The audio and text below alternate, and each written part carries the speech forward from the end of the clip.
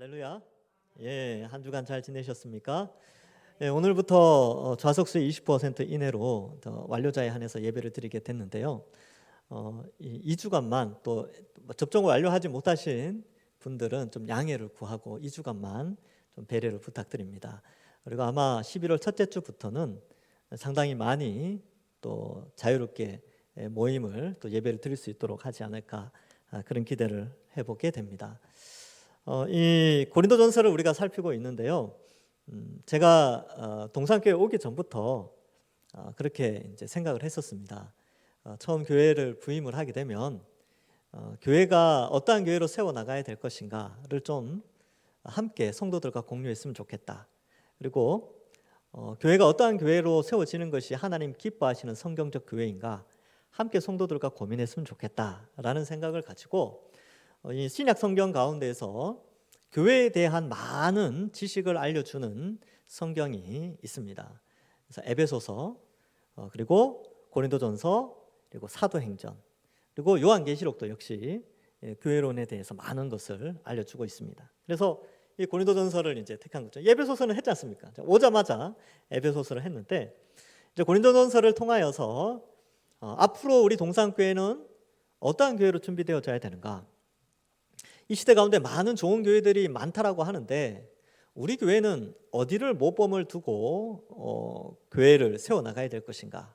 결국은 말씀을 통하여 하나님의 뜻을 발견하고 하나님이 기뻐하시는 성경적 교회로 우리가 세워가야 하겠습니다. 그래서 그러한 공통적인 그런 목표를 가지고 우리가 고린도전서를 좀 살펴나갔으면 좋겠습니다. 1장에서 살폈을 때는 이 바울이 첫인사를 할 때 교회 안에는 은혜와 평강이 있어야 된다.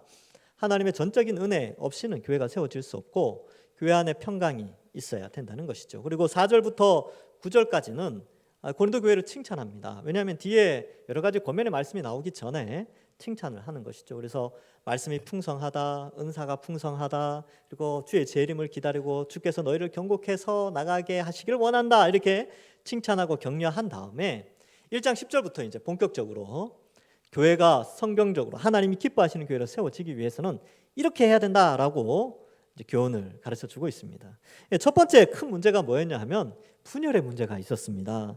그래서 이 고린도 교회 안에 4개의 분열된 조직이 있었습니다. 아주 막강하죠. 교회가 4개로 딱 쪼개져 있었어요. 그래서 바울파, 그다음에 아볼로파, 게바파, 그리스도파, 이렇게 나누어져 있었는데, 사실 이 인물들은 바울이나 아볼로나 게바나 그리스도는 다 훌륭한 분들이 있죠.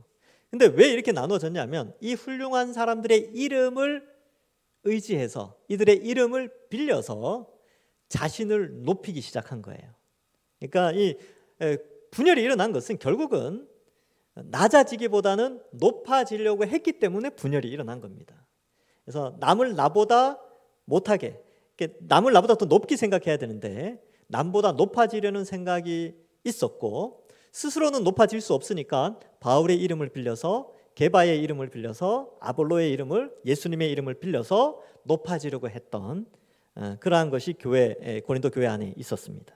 그래서 이 부분에 있어서 바울은 앞부분에서 너희가 같은 말과 같은 마음과 같은 뜻으로 온전히 합해야 된다.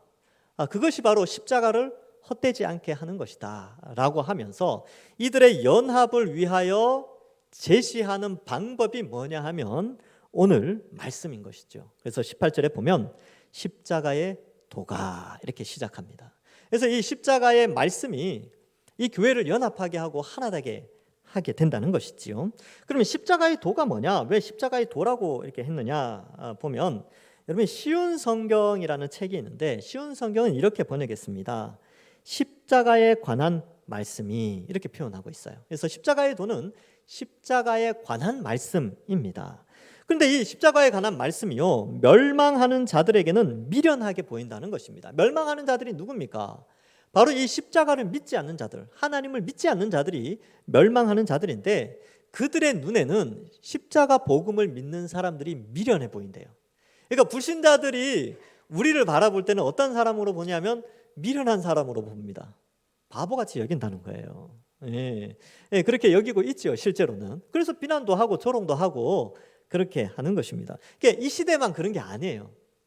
옛날부터 그랬습니다. 옛날부터, 아주 옛날부터. 이 바울이 살던 시대 때부터도 교회는 항상 조롱의 대상이었고 미련한 사람들이 모이는 곳이라고 생각을 했다는 것이지요. 그러나 구원받은 우리에게는 하나님의 능력입니다. 이 십자가에 관한 말씀은, 이 십자가 사건, 십자가에 대한 복음의 진리의 내용은 우리에게 있어서는 구원의 통로요, 하나님의 능력, 우리를 구원하시는 하나님의 능력의 절정이라는 것을 알려주고 있습니다. 여러분, 보통 우리 하나님 능력 그러면 뭘 하나님의 능력으로 생각합니까? 바다가 갈라지고 하늘에서 불이 떨어지고 뭐 돌에서 반석에서 물이 터져 나오고 뭐 이런 것들, 이런 기적적인 현상들을 하나님의 능력으로 생각하는데, 성경 창세기부터 66권에서 하나님의 능력의 최고의 능력이 나타난 사건이 뭐냐면 십자가입니다. 여러분, 이 반석에 물이 나오고 홍해를 가르고 뭐 이런 거는 하나님 그냥 말씀만 하시면 돼요. 갈라져라, 물 터져 나와, 하늘에서 불 떨어져 하면 끝나는 거예요.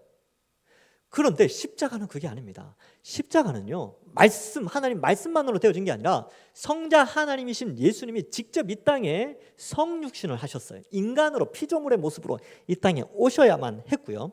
오셔서 그냥 살아가신 게 아니라 오셔서 십자가를 지셨어요. 우리의 죄의 형벌을 대신 받기 위하여서, 우리의 죽음을 대신하기 위해서 십자가에서 죽으시고요, 우리가 받아야 될 죄의 형벌, 지옥의 고통을 십자가에서 다 받으셨습니다. 그러니까 이거는 하나님 단순히 말씀하는 것과는 차원이 다른 하나님의 능력이 십자가에서 나타났습니다. 그래서 그 방법을 통하여 어떻게 됐냐면 전인류가 구원을 받는, 전인류가 죄 용서함을 받고 죄 사함을 받는 구원의 길이 열려진 능력이 나타난 것이죠. 옛날 홍해 갈라봤자, 홍해 가는 것도 대단한 일이죠. 근데 그거는 이스라엘 백성도 한 200만 되는 사람 정도만 구원했잖아요. 그렇죠? 그리고 반석에서 물이 터져 나온 것도 그 출애굽한 세대들한테만 물이 주어졌죠. 십자가는요, 오고 오는 전인류 모든 수억 수십억 인구를 구원하는 한 사건이었습니다. 그러니까 하나님의 능력의 절정은 십자가에서 나타났다는 것을 우리에게 알려주죠. 오늘날 많은 사람들이 하나님의 능력을 신비한 것에서 자꾸 찾으려고 합니다. 뭐 어떤 집회 가면 아말감으로 씌운 게 금으로 변했다더라, 하늘에 금가루가 떨어졌다더라. 그게 뭡니까? 그거는 십자가에 비교하면 아무것도 아니고 어쩌면 눈속임일 수도 있고 장난질일 수도 있습니다. 그래서 그런 것도 우리 교단에서는 철저하게 금지했고 그런 집회 가지 말라고 돼 있어요. 그런 신비주의를 의미하는 게 아닙니다. 하나님의 능력의 절정은요, 여러분 다른 데 가서 어느 기도회에 가니까 용하다더라 이런 거 있잖아요. 그런데 아예 눈길을 돌리지 말고 십자가에 집중을 해야 됩니다. 왜냐하면 이 십자가의 진리는 하나님의 최고의 능력이 나타나는 것이기 때문에 그렇습니다. 하나님의 능력을 발견하고 싶습니까? 그러면 십자가로 가야 됩니다. 말씀으로 돌아가야 된다는 것이죠. 그 속에 하나님의 능력의 보화가 담겨져 있고 능력의 놀라움이 담겨져 있는 것입니다. 교회는 그래서 이 십자가의 도가 중심에 있어야 돼요. 능력 있는 교회, 좋은 교회, 하나님의 능력이 나타나는 교회가 뭡니까? 바로 십자가 복음이 제대로 선포되어지고 그것을 가르치고 배우는 교회가 하나님의 능력이 나타나는 교회입니다. 제가 예전에 이제 청년부를 할 때 이 가천대라는 데에 있는데, 가천대에 청년이 있어서 신방을 갔어요. 근데 친구를 데리고 나왔어요. 근데 친구가 하는 말이 저한테 질문을 해요. 목사님의 교회는 하나님의 능력이 나타나고 있습니까? 내가 강력하게 나타난다. 그래서 말씀을 가르치고 양육하고 이제 제 청년부만 담당했으니까 양육 프로그램도 많이 했거든요. 근데 그 청년이 하는 말이 그런 거 말고요, 이렇게 신비한 현상이 나타나고 하늘에서 뭐가 보이고 환상이 보이고 예언을 하고 그런 거 있냐는 거예요. 아니, 하나님의 능력은 복음을 통해서 나타난다고 제가 가르쳐준 기억이 납니다. 여러분, 이 잘못 알고 있는 또 잘못된 것들을 가르치는 그런 교회들이 종종 있어요. 사이즈가 아무리 크면 뭐합니까? 그 속에 십자가 복음이 없으면 그 하나님 능력이 나타나는 곳이 아닙니다. 하나님의 능력은 십자가 복음을 통해서 나타나는 거예요. 이게 최고의 능력이라는 것입니다. 그래서 우리 동산교회가 어떤 방향으로 나갈 것인가 한번 잘 생각해 보십시오. 어떻게 해야 되겠습니까? 우리 다음 세대들이 이제 있는데 다음 세대들이 어떻게 구원받겠습니까? 신비한 현상을 보고 구원받겠습니까? 아니요. 예수 그리스도의 십자가 형벌 대속의 복음의 그 진리를 통하여서 구원을 받습니다. 구원은 그거 외에는 없어요. 예, 흉내, 뭐 이상한 것들 흉내를 낸다고 해도 그것은 십자가가 아니죠. 복음이 아닙니다. 구원을 일으킬 수가 없습니다. 자, 그래서 이 첫째가 굉장히 이 18절이요. 뒤에 혹은 고린도전서 전체의 주제와 같습니다. 이 문제, 이 십자가를 가지고 뒤에 나오는 모든 문제를 사도 바울이 풀어가고 있어요. 그러니까 어떻게 보면 고린도 교회의 문제점을 해결하는 중심 키워드가 십자가예요. 십자가의 도, 이겁니다. 자, 그럼 한번 뒤에 살펴봅시다. 기록된 바 내가 지혜 있는 자들의 지혜를 멸하고 총명한 자들의 총명을 폐하리라, 이렇게 기록하고 있죠. 그럼 지혜 있는 자들은 누구냐? 그래서 이 세상의 지혜, 그러니까 구원을 일으킨다고 생각하는 지혜들이 있다는 거예요. 근데 그러한 것들, 인간이 개발해낸 모든 것들은 의미가 없다는 것이죠. 자, 이제 이 인간을 대표하는 두 부류가 있는데 성경에서는 유대인과 이방인이에요. 유대인과 이방인은 전인류를 상징합니다. 근데 유대인은 유대인대로 구원받으려고 지혜를 짜내요. 이방인들은 이방인대로 구원을 받으려고 지혜를 짜냅니다. 그런 인간이 만들어낸 지혜, 그 이제 뒤에 가서 22절, 23절에서 그 표현이 나오는데, 그러한 지혜는요, 하나님의 지혜인, 하나님이 인간을 구원하시고자 만들어낸 지혜, 곧 십자가의 진리에 비교하면 아무것도 아니에요. 아무것도. 그것은 정말 폐기처분될, 구원에는 전혀 영향력을 미칠 수 없는 그런 것들이기 때문에 19절의 말씀, 이 이사야 29장의 말씀을 인용하면서 설명하는 거예요. 인간이 만들어낸 지혜는 다 없어진다는 거예요. 인간의 총명함도 다 사라지는 거예요. 왜요? 그러한 것들은 구원을 일으킬 수가 없기 때문에 그렇습니다. 세상에 아무리 똑똑한 사람도 사람을 지옥에서 천국에 보낼 수가 없어요. 아무리 똑똑한 뭐 박사가 되든 뭐 교수가 되든 아무리 뛰어난 사람도 사람의 영혼을 천국으로 움직일 수 있는 지혜가 스스로 만들어낼 수가 없다는 겁니다. 오직 예수 그리스도의 십자가, 하나님이 우리에게 허락하신 지혜, 우리에게 만들어내어 주신 이 지혜 외에는 인간을 구원할 수가 없죠. 그러니까 이 십자가 앞에서는 인간의 모든 지혜와 명철과 총명, 이건 다 폐하여지는 겁니다. 그것을 말씀하고 있죠. 지혜 있는 자가 어디 있느냐, 선비가 어디 있느냐, 이 시대의 변론가가 어디 있느냐, 하나님께서 이 세상의 지혜를 미련하게 하신 것이 아니냐, 이렇게 표현하죠. 왜냐하면 이 구원, 18절에 나오죠. 구원을 받은 우리, 구원을 일으키는 일에 있어서는 세상에 지혜 있는 자, 여기 이제 선비가 나오는데 오늘날에 선비라는 용어를 쓰지는 않죠. 근데 이제 타번역본에 보면 학자라고 되어 있습니다. 학자, 뛰어난 각 그 대학교의 교수님들 있잖아요. 이런 분들. 그래서 오늘날로 따지면 의학 박사, 문학 박사, 경제학 박사, 정치학 박사, 또 문화 박사, 무슨 박사, 이런 박사들 많이 있죠. 그런 박사들이 어디 있느냐? 이 시대의 변론가는 뭐예요? 남을 설득하는 기술인데 이게 엄청난 지혜가 없으면 남을 설득할 수가 없어요. 그런 사람들이 어디냐? 하나님 앞에, 하나님의 이 능력 앞에서 뭘 자랑할 수 있겠느냐? 그들의 그러한 인문학적인 지식들이 사람의 영혼을 구원할 수 있느냐? 없다는 거죠. 그래서 세상의 지혜를 미련하게 하신 것이 아니냐. 그래서 여기 미련하다라는 단어가 계속 반복되는데 하나님께서 이 단어를 가지고 좀 이제 약간 우리에게 워드플레이라고 하죠.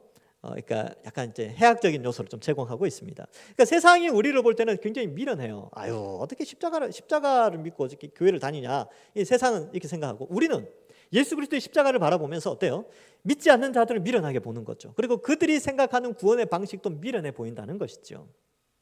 자, 그래서 21절이 아주 핵심적인 주제인데 이걸 같이 한번 읽어보겠습니다. 앞에 자막을 띄울 테니까 한번 같이 읽어보겠습니다. 시작. 하나님의 지혜에 있어서는 이 세상이 자기 지혜로 하나님을 알지 못하므로 하나님께서 전도에 미련한 것으로 믿는 자들을 구원하시기를 기뻐하셨도다. 아멘. 예, 이 세상이 자기 지혜로는 하나님을 알지 못합니다. 그러니까 인간의 내면에서 하나님을 스스로 알 수도 없고, 인간의 내면 혹은 인간의 경험에 의하여서 구원에 이르는, 지옥에서 천국 가는 지혜를 만들어낼 수 없다는 것입니다. 시편 14편 2절과 3절, 그리고 시편 53편 2절과 3절에는 같은 말씀이 나오는데요. 읽어보겠습니다. 여호와께서 하늘에서 인생을 굽어 살피사 지각이 있어 하나님을 찾는 자가 있는가 보려 하신즉 다 치우쳐 함께 더러운 자가 되고 선을 행하는 자가 없으니 하나도 없도다. 하나님 보셨어요. 이렇게 이제 인간이 지각을 사용해서 활용을 해서 지혜를 활용해서 하나님을 찾는 자가 있는가 보니까 없다는 거예요. 하나님은 그걸 다 아시잖아요. 전 인류를 다 지켜보고 계시잖아요. 없어요. 인간은 스스로 구원에 이르는 지혜를 만들어낼 수가 없습니다. 왜냐하면 전적으로 타락했기 때문에 그렇습니다. 우리의 지성과 감정과 의지, 이 모든 전 인격이 타락을 해서 하나님을 거부하는 거죠. 나면서부터 원죄를 가지고 태어나기 때문에 인간은 스스로 절대로 하나님을 찾아갈 수도 없고 구원받을 수도 없는 그런 존재입니다. 그래서 사람들이 하나님을 알려면요, 스스로 만들어낸 지혜가 아니라 외부로부터 구원받는 지식과 지혜가 주어져야 돼요. 위로부터 주어져야 되는 거죠. 구원의 원리가 인간이 만들어낸 게 아니라 구원은 이렇게 하는 거라고 천국과 지옥을 만드신, 온 천지를 만드신 만물의 주 되신 하나님께서 그 지혜를 알려주실 때만 알 수가 있어요. 근데 전인격적으로 타락을 하니까 알 수가 없죠. 그래서 어떻게 합니까? 하나님이 선택을 하시고 그에게 성령 하나님께서 오셔서 보내어 주셔서 성령 하나님이 우리 속에서 지성과 감정과 의지를 변화시켜 복음, 십자가 복음을 믿게 하셨다니까요. 이게 은혜죠, 은혜. 그러니까 이 구원이라는 것은 인간의 내면에서 스스로 발생해낼 수 있는 그 어떤 것도 없습니다. 그래서 인간은 내면에 뭔가 선한 게 없어요. 그래서 눈을 감고 뭔가 묵상하고 명상에 빠져들어서 자신을 구원하는 이런 게 없다니까요. 불가능합니다. 외부에서 주어져야 돼요. 성령이 우리 속에 오셔서 깨닫게 하셔야지만 이 복음을, 십자가를 믿을 수 있게 됩니다. 근데 그렇게 해서 믿게 되는데, 그러면 그 구원의 진리를 들을 수 있어야 될 거 아닙니까? 근데 이 방법이 미련하다는 거예요. 어때요? 전도에 미련한 것으로. 전도에 미련한 것으로 우리를 구원해 주셨어요. 아니 뭐 어딜 좀 멋있게, 그죠? 먹구름이 낀 날 하늘에 번개가 치면서 목소리가 막 들리고 그러면 많은 사람들이 구원받을 수 있을 텐데, 아니면 막 복음 전하는 자의 우리들 손에서 막 놀라운 기적이 막 일어나고 막 그러면 믿는 사람이 많을 텐데, 그렇게 사람을 부르시지 않으시고요. 하나님이 어떤 방식으로 했냐면 전도에 미련한 방법. 그러니까 성령이 우리에게 오셔서 능력을 주시죠. 권능을 받죠. 그래서 권능을 받은 성령이 우리 속에 있는 사람들이, 그 사람들이 복음을 들고 나가서 전도하는 그걸 통해서 구원을 하신다는 거예요. 그러니까 세상 사람들이 볼 때 얼마나 미련한 방법입니까? 그러니까 전도지 들고 나가서 예수님 믿으십시오 라고 하는 게 굉장히 미련해 보인다니까요. 그리고 주위 가까이 있는 사람들에게 예수님 믿으세요, 예수님만이 지옥에서 천국으로 인도하시는 참된 구원의 길입니다, 이것을 알려주기 위해서 교회 나오라 그러고 막 실제로 그렇게 말하고 하는 게 미련해 보인다는 거예요. 왜요? 아무런 기적적인 것도 없고 아무런 하나님 살아계시다는 증거도 내세우지 못하면서 무슨 말로만 그렇게 하냐라고 하는 미련함이 있다는 거죠. 그런데 아이러니하게도 이 미련한 방법으로 우리가 여기 앉아 있다는 거예요. 놀랍지 않습니까? 여기 앉아 계신 분들 다 그런 미련한 방법으로 여기 앉아와 계시잖아요. 예수님 믿자, 교회 한번 가보자, 그래서 온 거 아닙니까? 그래서 하나님은요 2000년 기독교 역사 속에서 계속해서 이 방법을 쓰고 계시는 거예요. 이 방법만으로 구원이 일어난다는 것이죠. 그래서 여러분, 우리가 여기 앉아 계신 분들도 다 그 방법이에요. 저 같은 경우는 이제 우리 어머니가 먼저 예수님 믿어가지고, 예수님이 야 너 교회 나가, 예수님을 통해서 어머니를 통해서, 그죠? 예수님께서 어머니를 통해 야 너 교회 나가야 돼 해서 나갔어요. 안 나가면 혼나니까. 그래서 나갔다니까요. 어릴 때 뭐 알겠습니까? 안 나가면 안 되니까 나갔죠. 그러면서 나가서 복음 들으면서 어떻게 돼요? 믿어지는 거죠. 어느 순간 믿어지기 시작하는 거예요. 그게 믿어지니까 어때요? 예, 믿음이 생기고 견고해지고 또 전도도 하게 되죠. 그래서 여러분, 전도는 굉장히 미련하기 때문에 우리가 안 하려고 그래요. 우리 지금 예수님 믿고 있는데 내가 이 복음 전한다고 누가 믿겠나? 라고 생각을 한다는 거예요. 근데 그렇게 우리도 전도라는 게 미련해 보일 정도인데 하나님도 그걸 아시죠. 근데 그 미련한 방법, 그 어색한 방법, 우리에게는 좀 두려움이 있을 수 있는데 그 독특한 방법을 통해서 사람이 구원을 받고 있습니다. 2000년 기독교 역사에 수억 명이 그러한 방식으로 구원받고 있어요. 놀라운 일이죠. 그래서 하나님 능력입니다. 여러분들도 마찬가지예요. 여러분, 이 능력을 우리가 가지고 있다니까요. 활용해야죠. 사람을 살릴 수 있는데. 예를 들면 이렇습니다. 여러분, 어떤 의사가 있는데 그 의사는 천재적인 재능을 가지고 있어요. 그 사람이 수술을 하면 100% 다 나. 근데 다 낫는데 그 사람이 놀러 다니고 있어요. 취미생활하고 다니고 사람들이 줄 서 있는데도 안 와 병원에. 멀리 떠나버려. 일을 안 해. 그럼 얼마나 안타깝습니까? 수많은 사람들이 그 사람의 재능 때문에 수많은 영혼이 살 수 있는데 그 사람이 그 일을 안 해. 의사 일을 안 한다는 거예요. 그러면 주변에서 뭐라 그러겠습니까? 그러겠죠. 그죠? 그렇습니다.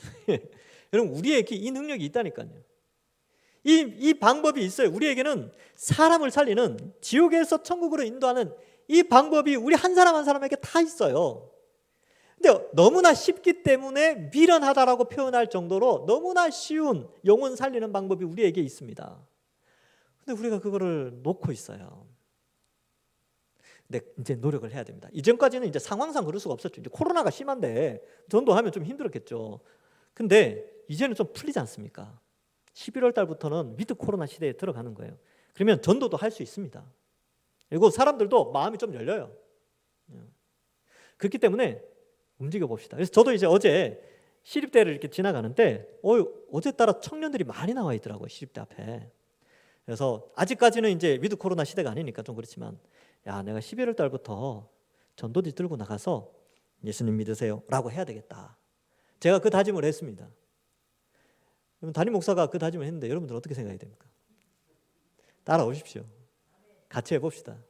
하나님은 지금 이 시대에도 이 전도의 미련한 방법으로 사람의 영혼을 구원하시는 것을 기뻐하고 있습니다. 같이 합시다. 저도 하겠습니다. 이게 강단에서 말했으니까 지켜야 되겠죠. 이제 좀 있으면 이제 띠도 새로 만들고 그렇게 해가지고 전도지는 이제 있으니까 그렇게 가는 거죠. 자, 그래서 전도의 미련한 방법으로 구원하시기를 기뻐하셨다. 하나님, 정말 생각해 보는 거죠. 하나님이 기뻐하시는 교회는 어떤 교회입니까? 전도하는 교회입니다. 이 미련한 방법을 통해서 전도하는 거. 자, 그래서 이 십자가 복음이 있기 때문에 교회는 전도하는 것을 통하여서 이 십자가 복음을 믿는 사람들이 구원받는 것이죠. 그래서 여러분들 마음속에 확신이 있어야 돼요. 우리 교회에 오면 구원받을 수 있다. 우리 교회에 오면 십자가 복음을 들을 수 있다. 그 확신이 있으면 전도합니다. 근데 이런 마음이 있으면 전도 못하겠죠. 우리 교회 와도 구원받을 수 있을까? 목사님 설교에서 구원받는 메시지가 있을까? 이러면 이제 전도 안 해도 됩니다. 근데 성경을 가르치잖아요. 제가 뭐 동화 이야기하거나 뭐 이런 거 안 하지 않습니까? 그죠? 제가 불경을 가르칩니까? 그죠? 제가 옛날 고전을 가르칩니까? 그렇지 않고 성경을 가르치잖아요. 성경 말씀을 들으면 구원받는다. 이 확신이 있으면 전도할 수 있어요. 그래서 저도 이 복음을 전해야 되겠죠. 십자가 복음을 전해야 되는 겁니다. 자, 22절에 보면 이제 왜 사람들이 미련하다고 생각하는가? 왜 온 인류가 왜 십자가 복음을 미련하다고 생각하는가? 그 내용이 나오는데, 유대인은 표적을 구하고 헬라인은 지혜를 찾으나 우리는 십자가에 못 박힌 그리스도를 전하니 유대인에게는 거리끼는 것이요 이방인에게는 미련한 것이다. 이렇게 표현하죠. 유대인들은 표적을 구하고 십자가를 바라볼 때는 거리끼는 거예요. 유대인들이 예수님께 구했던 표적이 뭐냐면, 당신이 메시아라면 메시아다운 표적을 구합니다. 근데 실제로 예수님 표적을 많이 행했거든요. 죽은 자도 살리고 병든 자 고쳐주고 불치병자들 다 고쳐주시고, 그죠? 무리까지 걸어주셨다니까요. 바쁘신데 무리까지 그냥 걸어주셨어요. 근데 안 믿었죠. 왜냐하면 그들이 원하는 표적과 하나님이 나타낸 표적이 달랐기 때문에 그렇습니다. 유대인들이 원했던 표적은 당신이 메시아라면 로마를 정복할 수 있는 그 어떤 표적을 원했던 거예요. 그들은 정치적인 메시아를 원했거든요. 유대인들이 원했던 메시아는 과거 다윗과 같이 나라를 번성케 하고 군사력을 막강히 해서 주변 나라들을 점령해 나가는 그러한 막강한 카리스마 있는 그런 메시아를 원했어요. 그런 표적을 구한 것이죠. 근데 예수님은 어떤 표적이요? 사람을 살리는 표적을 나타냈으니까 유대인들이 그걸 받아들이지 않았던 것이죠. 그리고 예수님이 결정적인 게, 이 십자가가 유대인들에게 있어서 왜 꺼리끼는 것이었냐면, 신명기에 보면 나무에 달린 자는 저주를 받았다 이렇게 기록되어 있어요. 근데 저주받은 자가 어떻게 메시아일 수 있느냐? 거리낀다는 거죠. 그래서 못 믿는 거예요. 그리고 자기들이 죽였거든요. 그러니까 십자가 복음을 그들은 꺼리껴서 믿을 수가 없는 것이죠. 그렇다면 반대로 다음 인류인 유대인과 헬라인, 이방인들, 이게 다 전인류죠. 그러면 헬라인들은 어떤 개념을 가지고 있냐면, 이들은 십자가 이들의 문화를 먼저 이해해야 됩니다. 지금 헬라의 철학이 굉장히 발전했죠. BC 6세기, 5세기 거쳐오면서 소크라테스, 그다음에 뭐 4세기, 3세기 거쳐오면서 3, 4세기 거쳐오면서 플라톤과 아리스토텔레스 이런 아주 걸출한 철학자들이 활동하고 있었고 그들이 로마 시대 때의 그 영향력을 발휘하던 시대입니다. 그래서 탁월한 철학자들이 많았어요. 뭐 세네카 이런 사람들이 현존하고 있었거든요.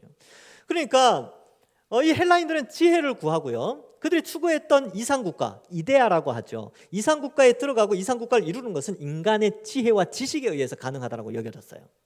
그러니까 헬라인들은 지식을 추구했죠. 그리고 그 문화 자체는 다신주의입니다. 그리스 헬라 문화 다신주의죠. 그리스 로마 신화를 보시면 어떻습니까? 온갖 별의별 종류의 수백 가지의 신들이 나오죠. 이름도 막 하여튼 다양합니다. 그런 다신주의 문화 속에서 기독교는 어떻습니까? 성부, 성자, 성령 삼위일체 하나님 외에는 다른 신이 없다라고 주장하니까 헬라 문화에 맞지 않아요. 그리고 똑똑해서 이상 국가에 들어가야 되는데 기독교는 어떻습니까?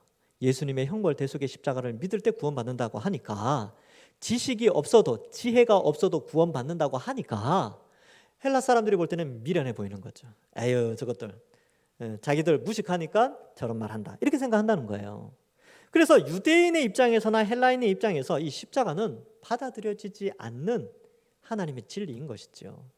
그래서 이런 표현을 쓰는 것입니다. 그러나 우리는 어땠습니까? 우리는 유대인이든 헬라인이든 똑똑하든 무식하든 다 구원받은 사람이죠. 참된 구원에 이르는 사람입니다. 왜요?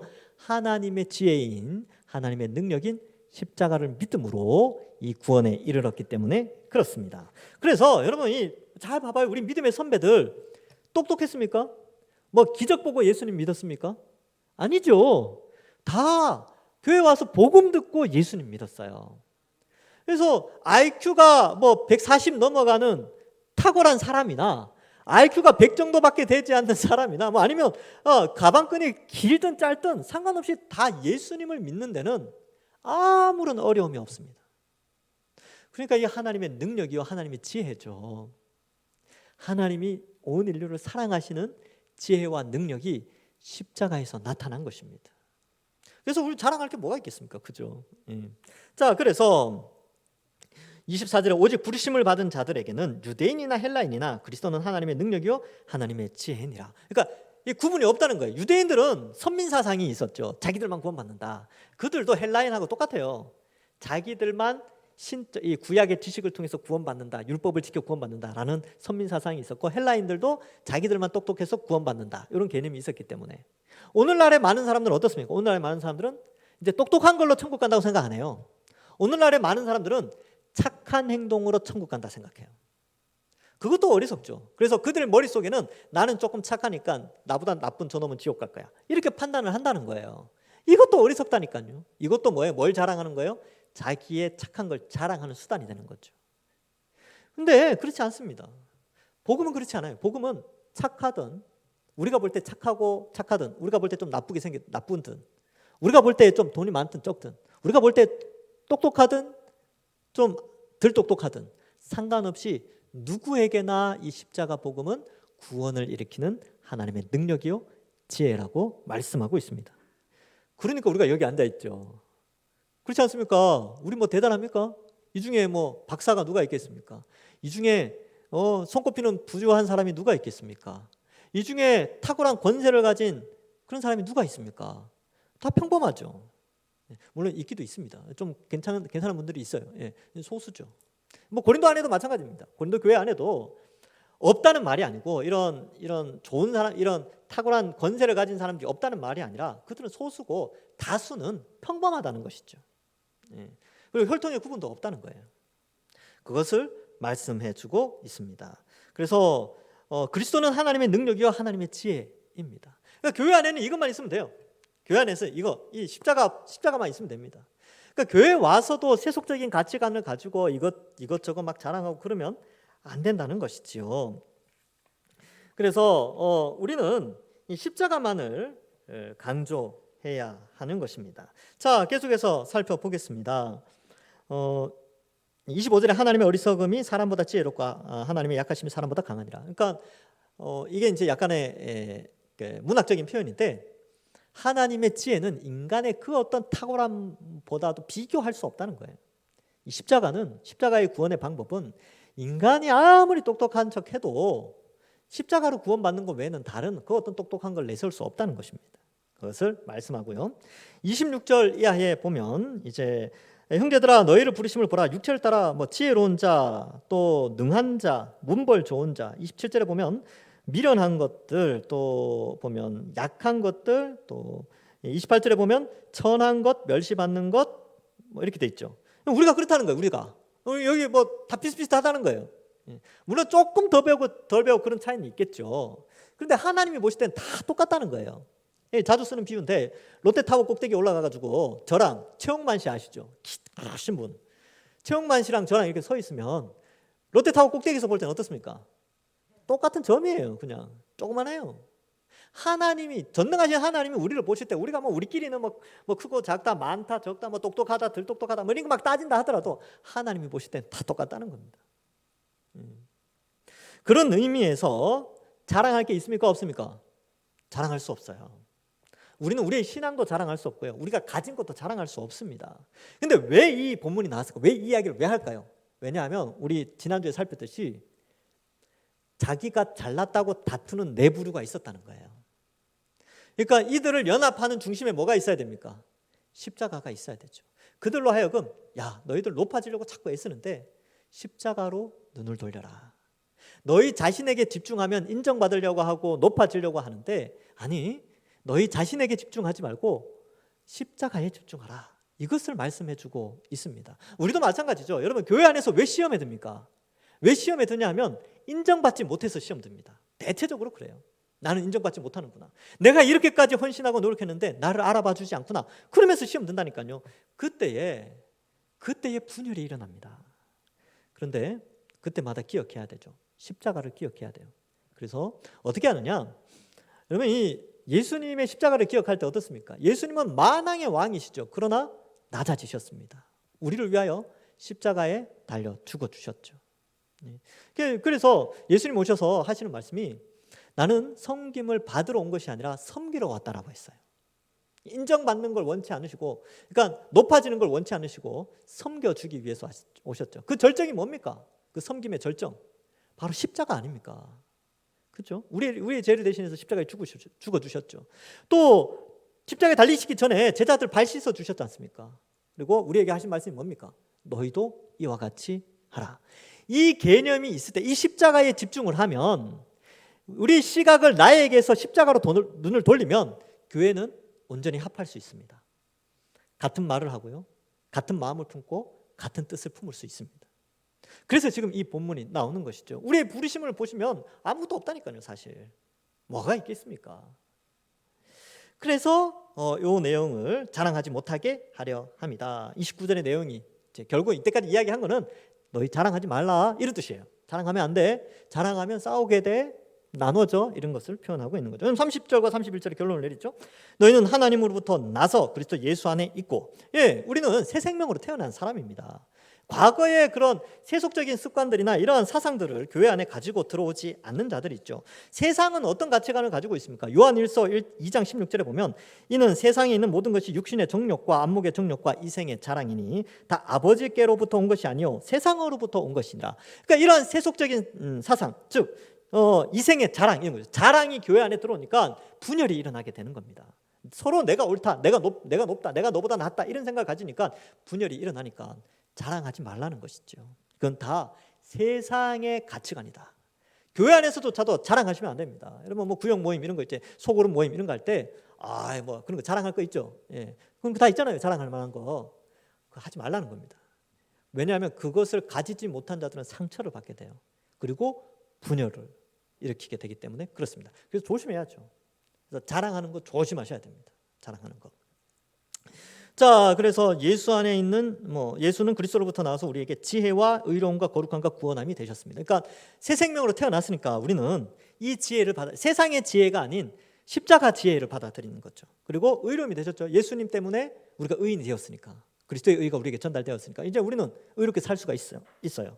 그다음에 거룩하게 살 수가 있는 것이죠. 의인이 되어서 거룩하게 살아가는 그러한 구원함을 받은 자들입니다. 그러니까 어떻게 하느냐? 31절 기록된 바 자랑하는 자는 주 안에서 자랑함과 같게 하려 함이라. 그러니까 바울파, 게바파, 아볼로파, 그리스도파 너네 자랑하지 말고 십자가 자랑해라. 주를 자랑해라.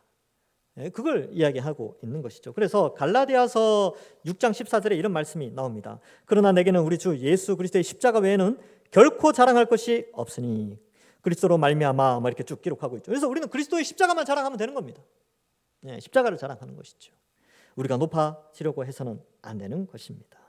말씀을 맺습니다. 지금 고린도 교회 안에는 분열이 있었죠. 근데 바울은 그 분열 가운데에서 십자가로 그들의 눈을 돌리고 있습니다. 그래서 십자가에 집중하여서 서로 같은 뜻을 품어야 되는 것이지요. 데이비드 프라이어라는 아주 유명한 영국의 신학자가 있습니다. 그분이 이 본문을 살피면서 이렇게 말합니다. 교회가 십자가 복음을 회복하기 위해 많은 시간을 들여야 하며 성경에 대한 꾸준한 연구와 성령님의 계속적인 조명이 있어야 한다. 그 과정에서 하나님의 지혜를 흡수하는 것만큼이나 세상의 지혜를 잊어버리는 것이 포함된다 라고 하면서 이 세상의 지혜를 잊어버려야 교회 안에 분열을 막을 수 있다는 것입니다. 그래서 십자가를 더 많이 알아가고 성경을 연구하고 그래야 된다는 것을 알려주고 있습니다. 아무쪼록 여러분 십자가는요, 십자가를 자랑하는 것은 우리가 십자가의 길을 걸어갈 때에 자랑할 수 있습니다. 마가복음 8장 34절에 무리와 제자들을 불러 이르시되 누구든지 나를 따라오려거든 자기를 부인하고 자기 십자가를 지고 나를 따를 것이니라. 십자가의 길을 따라가는 그 사람이 십자가를 자랑할 수 있고요. 또한 그것을 전달하는 전도의 미련한 방법으로 전달할 수 있습니다. 그래서 전도도요 십자가의 길입니다. 아무쪼록 여기 계신 모든 분들은 이 예수 그리스도의 십자가를 풍성히 깨달아서 다 같은 마음과 뜻으로 하나님의 말씀을 전달하고 또한 교회의 연합을 위하여 또한 새 생명으로 태어난 자로서 하나님 앞에 영광 돌리며 앞으로 우리 동산교회를 아주 멋진 교회로 성경적 교회로 함께 저와 여러분들이 함께 세워나가는 우리 모든 주의 백성들 되기를 주님의 이름으로 간절히 축원합니다. 기도하겠습니다. 하나님 아버지 은혜를 감사합니다.